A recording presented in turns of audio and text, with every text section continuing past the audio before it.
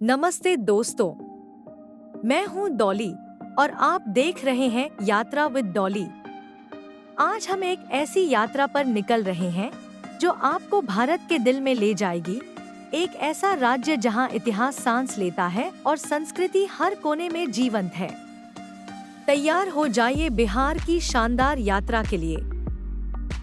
यह सिर्फ एक यात्रा नहीं, बल्कि समय में पीछे जाने का अनुभव है, जहां हर पत्थर एक कहानी कहता है। हम बिहार के इतिहास, उसकी समृद्ध संस्कृति और उसके अद्भुत प्राकृतिक सौंदर्य का संगम देखेंगे। यह यात्रा आपको मंत्रमुग्ध कर देगी, मैं वादा करती हूँ। तो अपनी सीट बेल्ट कस लीजिए, क्योंकि यह सफर रोमांच, ज्ञान और अविस्मरणीय पलों से भरा होने वाला है। मैं आपको बिहार के उन अनछुए पहलुओं से रूबरू कराऊंगी जो शायद आपने पहले कभी नहीं देखे होंगे। आइए मेरे साथ इस अद्भुत यात्रा का हिस्सा बनिए। हमारी यह अविस्मरणीय यात्रा शुरू होती है बिहार की राजधानी पटना से, जो गंगा नदी के किनारे बसा एक प्राचीन और जीवंत शहर है। पटना का पुराना नाम पाटलिपुत्र था, जो कभी मगध साम्राज्य की गौरवशाली राजधानी हुआ करता था।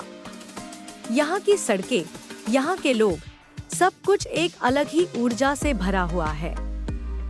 पटना में हमारा पहला पड़ाव है पटना संग्रहालय, जो इतिहास प्रेमियों के लिए किसी खजाने से कम नहीं। इस संग्रहालय में कदम रखते ही आप मौर्य और गुप्त साम्राज्य के स्वर्णिम युग में पहुँच जाते हैं। यहाँ की कलाकृतियाँ और ऐतिहासिक वस्तुएं उस समय की भव्यता और शिल्प कौशल का अद्भुत प्रमाण है। संग्रहालय में रखी बुद्ध की प्रतिमाएं, जैन तीर्थंकरों की मूर्तियाँ और टेराकोटा की कलाकृतियाँ आपको उस दौर की कला और धर्म की गहरी समझ देती हैं। हर एक वस्तु अपने आप में एक कहानी समेटे हुए है, जो आपको भारत के गौरवशाली अतीत से जोड़ती है। यहाँ आकर आपको लगेगा कि आप इतिहास के पन्नों को छू रहे हैं।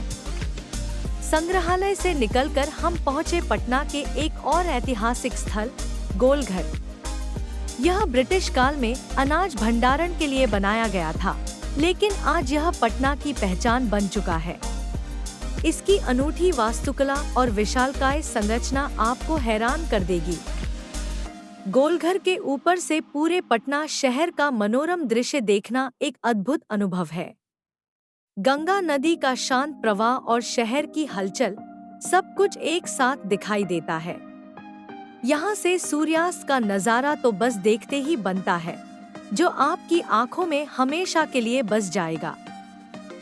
शाम होते ही हमने गांधी मैदान की ओर रुख किया, जो पटना का एक विशाल और ऐतिहासिक मैदान है। यहाँ लोग टहलने आते हैं, बच्चे खेलते हैं और शाम की ठंडी हवा का आनंद लेते हैं। यह जगह शहर की धड़कन है, जहाँ आप स्थानीय जीवन को करीब से महसूस कर सकते हैं। गांधी मैदान के आसपास हमने बिहार के कुछ स्वादिष्ट स्थानीय व्यंजनों का भी आनंद लिया। लिट्टी चोखा, सत्तू पराठा और ठेकुआ जैसे पकवानों का स्वाद आपकी जुबान पर हमेशा के लिए रह जाएगा। यहाँ का खाना सिर्फ पेट नहीं भरता, बल्कि आत्मा को भी तृप्त करता है। पटना में बिताया गया हर पल इतिहास और आधुनिकता का एक खूबसूरत मिश्रण था। यहाँ की गलियों में घूमते हुए आपको लगेगा कि आप एक ऐसे शहर में हैं, जहाँ हर कोने में एक नई कहानी आपका इंतजार कर रही है। पटना ने हमें अपनी गर्मजोशी और अपने इतिहास से पूरी तरह से मोहित कर लिया। पटना से अपनी यात्रा जारी रखते हुए हम पहुँचे एक ऐसे पवित्र स्थल पर जहाँ शांति और आध्यात्मिकता का वास है, बोध गया। यह स्थान बौद्ध धर्म के अनुयायियों के लिए सबसे महत्वपूर्ण तीर्थ स्थलों में से एक है और यहाँ की हवा में ही एक अलग तरह की ऊर्जा महसूस होती है। बोध गया का महत्व इसलिए भी अद्वितीय है क्योंकि यहीं पर भगवान सिद्धार्थ गौतम को ज्ञान की प्राप्ति हुई थी और वे बुद्ध कहलाए।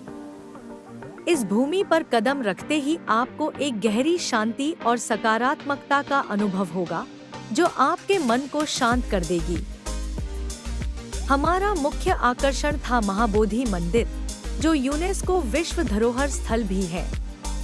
इस मंदिर की वास्तुकला और इसका ऐतिहासिक संदर्भ आपको अचंभित कर देगा। यह मंदिर उस स्थान पर बना है जहां भगवान बुद्ध ने ज्ञान प्राप्त किया था और इसकी हर दीवार एक कहानी कहती है। मंदिर परिसर में प्रवेश करते ही आपको एक अद्भुत शांति का अनुभव होगा। यहाँ का शांत वातावरण और चारों ओर फैले प्रार्थना के स्वर मन को एक अलग ही सुकून देते हैं। दुनिया भर से आए श्रद्धालु यहाँ ध्यान करते और प्रार्थना करते हुए दिखाई देते हैं। महाबोधि मंदिर के ठीक पीछे वह पवित्र बोधि वृक्ष है जिसके नीचे बैठकर भगवान बुद्ध ने ज्ञान प्राप्त किया था। इस वृक्ष के नीचे ध्यान करना एक अविस्मरणीय अनुभव है। यहाँ बैठकर आपको लगेगा कि आप सीधे उस ऐतिहासिक पल से जुड़ गए हैं। बोधि वृक्ष के नीचे ध्यान करते हुए मैंने एक अद्भुत शांति और आत्मिक संतोष का अनुभव किया। यहाँ की ऊर्जा इतनी प्रबल है कि आप अपने भीतर एक नई चेतना महसूस करते हैं। यह सिर्फ एक पेड़ नहीं, बल्कि ज्ञान और शांति का प्रतीक है। मंदिर परिसर में कई छोटे छोटे स्तूप और ध्यान कक्ष भी हैं, जहां आप बैठकर अपनी आत्मा को शांत कर सकते हैं। यहाँ की हर चीज आपको आध्यात्मिकता की ओर खींचती है और जीवन के गहरे अर्थों पर विचार करने के लिए प्रेरित करती है। बोध गया में बिताया गया समय सिर्फ एक पर्यटन नहीं, बल्कि एक आत्मिक यात्रा थी। यहाँ आकर आपको लगेगा कि आप अपने भीतर के शोर को शांत कर रहे हैं और एक नई ऊर्जा से भर रहे हैं। यह स्थान आपको जीवन के प्रति एक नया दृष्टिकोण देता है। यहाँ के स्थानीय बाजारों में भी आपको बौद्ध धर्म से जुड़ी कई सुंदर कलाकृतियाँ और स्मृति चिन्ह मिल जाएंगे। बोध गया की यह यात्रा मेरे लिए सिर्फ एक पड़ाव नहीं, बल्कि एक गहरा अनुभव था जिसने मुझे अंदर तक छू लिया। बोध गया से आगे बढ़ते हुए हमारी यात्रा हमें ले जाती है बिहार के दो और अद्भुत स्थलों की ओर, नालंदा और राजगीर। यह दोनों स्थान प्राचीन भारत के गौरवशाली इतिहास और प्राकृतिक सौंदर्य का अद्भुत संगम प्रस्तुत करते हैं। यहाँ आकर आपको लगेगा कि आप समय में पीछे चले गए हैं। सबसे पहले हम पहुँचे नालंदा, जो कभी विश्व के सबसे बड़े और प्रसिद्ध विश्वविद्यालयों में से एक था। नालंदा विश्वविद्यालय के खंडहर आज भी उस गौरवशाली शिक्षा प्रणाली और ज्ञान के केंद्र की कहानी कहते हैं। यहाँ आकर आपको प्राचीन भारत की बौद्धिक क्षमता का एहसास होगा। इन खंडहरों में घूमते हुए आप कल्पना कर सकते हैं कि कैसे हजारों छात्र और विद्वान यहाँ ज्ञान प्राप्त करते थे। यहाँ के अवशेषों में पुस्तकालय, छात्रावास और अध्ययन कक्षों के निशान आज भी मौजूद हैं, जो उस समय की भव्यता को दर्शाते हैं। यह जगह शिक्षा के प्रति भारत के समर्पण का प्रतीक है। नालंदा सिर्फ एक विश्वविद्यालय नहीं था, बल्कि यह ज्ञान का एक ऐसा केंद्र था जहां दुनिया भर से लोग शिक्षा ग्रहण करने आते थे। यहाँ के खंडहरों में घूमते हुए आपको लगेगा कि आप इतिहास के पन्नों को छू रहे हैं और उस समय के विद्वानों की उपस्थिति महसूस कर रहे हैं। नालंदा के बाद हम पहुँचे राजगीर, जो अपनी प्राकृतिक सुंदरता और ऐतिहासिक महत्व के लिए जाना जाता है। राजगीर चारों ओर से पहाड़ियों से घिरा एक खूबसूरत शहर है और यहाँ की हरियाली मन को मोह लेती है। यह स्थान जैन और बौद्ध दोनों धर्मों के लिए पवित्र है। राजगीर में हमारा अगला पड़ाव था विश्व शांति स्तूप, जो एक पहाड़ी पर स्थित है। इस स्तूप तक पहुँचने के लिए हमने रोपवे का उपयोग किया और यह अपने आप में एक रोमांचक अनुभव था। रोपवे से ऊपर जाते हुए पूरे शहर का विहंगम दृश्य देखना अद्भुत था। पहाड़ी की चोटी पर स्थित यह सफेद स्तूप शांति और सद्भाव का प्रतीक है। यहाँ से पूरे राजगीर शहर और आसपास की हरी भरी पहाड़ियों का नजारा बेहद खूबसूरत लगता है। यहाँ आकर आपको एक अलग ही तरह की शांति और सुकून महसूस होगा। विश्व शांति स्तूप के पास ही वेणुवन है, जहाँ भगवान बुद्ध ने वर्षावास किया था। यह एक शांत और हरा भरा स्थान है जहाँ आप प्रकृति के करीब महसूस कर सकते हैं। राजगीर की हरियाली और शांत वातावरण आपको शहरी जीवन की भागदौड़ से दूर ले जाता है। राजगीर में गर्म पानी के झरने भी हैं, जिन्हें सप्तधारा के नाम से जाना जाता है। इन झरनों में स्नान करना औषधीय गुणों से भरपूर माना जाता है।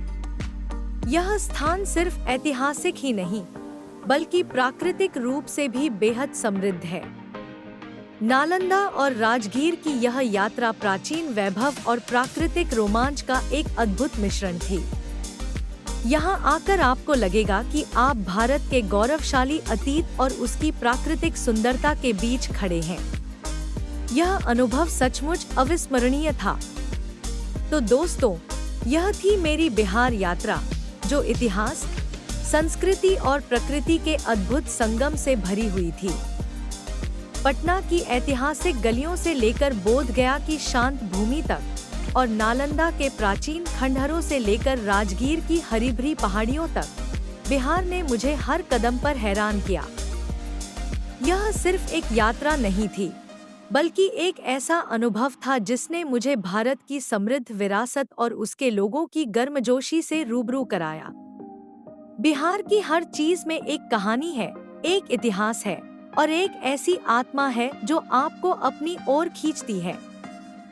मैं आप सभी से कहना चाहूंगी कि अगर आप इतिहास, संस्कृति और प्राकृतिक सौंदर्य के प्रेमी हैं, तो एक बार बिहार की यात्रा जरूर करें। यहाँ का आतिथ्य सत्कार, यहाँ के स्वादिष्ट व्यंजन और यहाँ की अविश्वसनीय विरासत आपको मंत्रमुग्ध कर देगी। यह एक ऐसा अनुभव होगा जिसे आप कभी नहीं भूलेंगे। बिहार ने मुझे अपनी सादगी और अपनी भव्यता से पूरी तरह से मोहित कर लिया है। यह एक ऐसा राज्य है जिसे अक्सर कम आंका जाता है, लेकिन इसकी गहराई और इसका सौंदर्य आपको हैरान कर देगा। अपनी अगली यात्रा के लिए बिहार को अपनी सूची में जरूर शामिल करें। मुझे उम्मीद है कि आपको मेरी यह यात्रा पसंद आई होगी और इसने आपको बिहार के बारे में कुछ नया जानने का मौका दिया होगा। अगर आपको यह व्लॉग पसंद आया, तो इसे लाइक करना न भूलें। अपने दोस्तों और परिवार के साथ इसे शेयर करें, ताकि वे भी बिहार की इस अद्भुत यात्रा का हिस्सा बन सकें। और हाँ, अगर आपने अभी तक यात्रा विद डॉली को सब्सक्राइब नहीं किया है, तो अभी कर लें, ताकि आप मेरी आने वाली और भी रोमांचक यात्राओं को मिस न करें। आपके समर्थन से ही मुझे नई नई जगहों को एक्सप्लोर करने की प्रेरणा मिलती है। अगली बार तक के लिए खुश रहिए, यात्रा करते रहिए और दुनिया की खूबसूरती को अपनी आँखों में समेटते रहिए। फिर मिलेंगे एक नई यात्रा के साथ। तब तक के लिए नमस्कार।